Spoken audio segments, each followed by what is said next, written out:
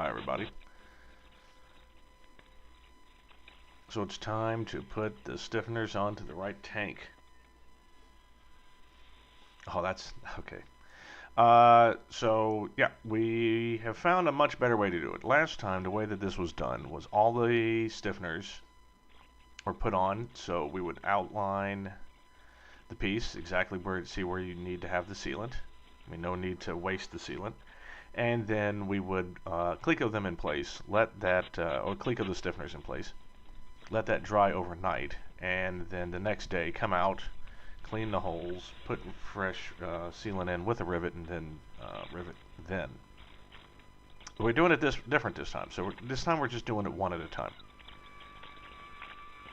So it's outline the piece, lay down the sealant, and then we don't even cleco it in. We just go ahead and back rivet.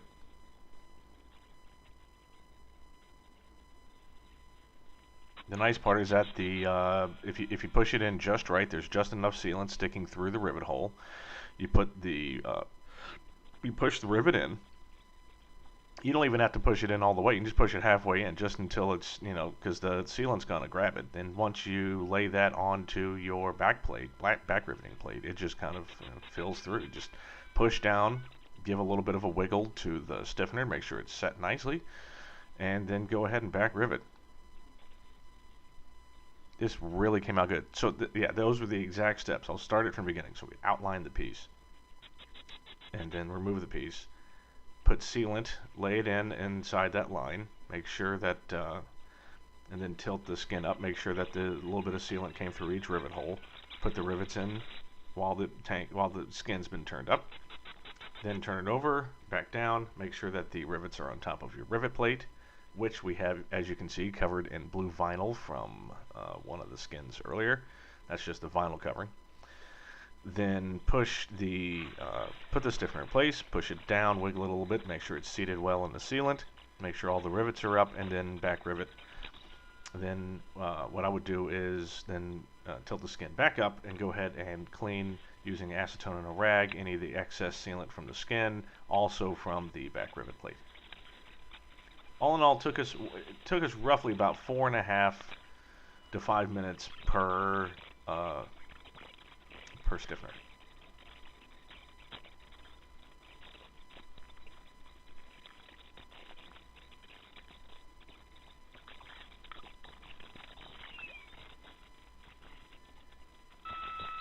And that is certainly a lot easier than it was the last time.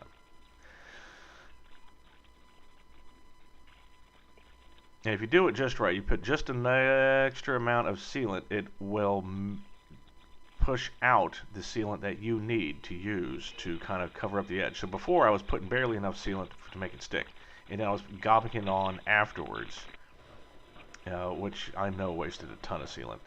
Now what I'm doing is using more sealant, pushing, wiggling the piece down to kind of push the sealant out so that you get a good roll, basically, almost like you squirt it in with a caulk gun. Right, and then you can just spread it right into the seam. So this is the next day. Unfortunately, my friend Ted could not join me, so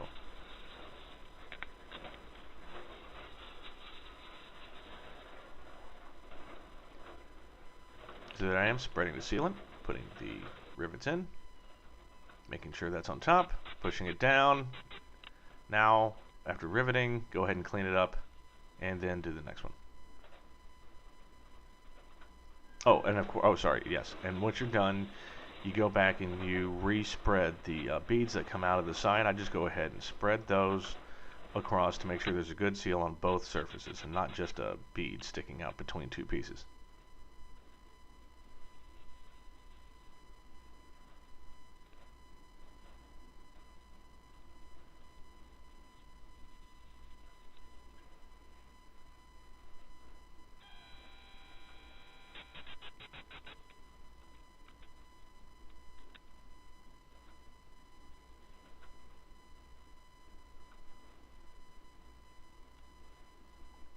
Now this time I'm going to do things a little bit different. I'm concerned that I may have used too much sealant in the past. I don't know. I mean, in the other tank. In the other tank, I used an entire quart of sealant. I mean, I was slopping that stuff on. Didn't have a leak. Well, that's not true. I actually did have a small leak, but that was only at the very end, after I put the baffle on, because I didn't push up enough into the corner where the baffle meets the last rib and the skin, because there's a nice big relief hole drilled through there, one of the ones that you just have to slop on later. So that was the only leak I really had. Except for that, the sealant works great. So what I'm going to do well, I've already gone and I've already covered up the rivets here, and I think I will be doing that here as well. So now all the stiffeners are in place. Now we just have to add a little bit on top of the rivet heads. Last time I was really just slobbering it on. It was just one giant coat that covered the exposed side, the side where the rivets are exposed, and that edge right there, just one big giant wave of sealant all over everything. It was just easier to do it that way than it was to put it on the edge and then also do the tops of the rivets. But this way, using a little bit of extra sealant and then making sure it's squeezed out really well, really helps, because it basically gives you the extra amount that you needed just to do the job correctly and not just slather it on haphazardly like some kind of oaf, which I can be from time to time. Anyway, gonna finish up these and then get ready for the ribs in the next video. So see you soon.